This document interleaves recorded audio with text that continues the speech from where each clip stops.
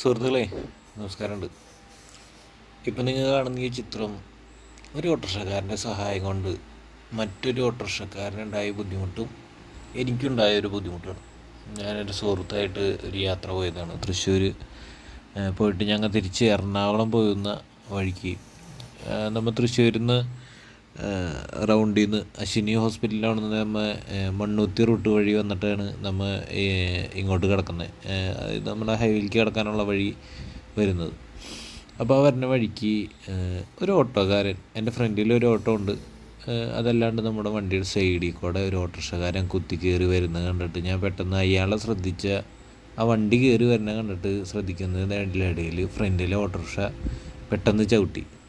നമുക്കറിയാം അവിടെ ട്രാഫിക് ഇത്തിരി കൂടുതലാണ്, അടുത്തടുത്തായിരുന്നു വണ്ടി. നമ്മൾ തട്ടി, അയാളുടെ ബാക്കിൽ ഇൻഡിക്കേറ്റർ പൊട്ടി. നമ്മൾ പൈസ കൊടുത്തു, അയാൾ ചോദിച്ച പൈസ കൊടുത്തു. പക്ഷേ മറ്റൊരു ഓട്ടോറിക്ഷക്കാരനെ ഇടിക്കാതിരിക്കാൻ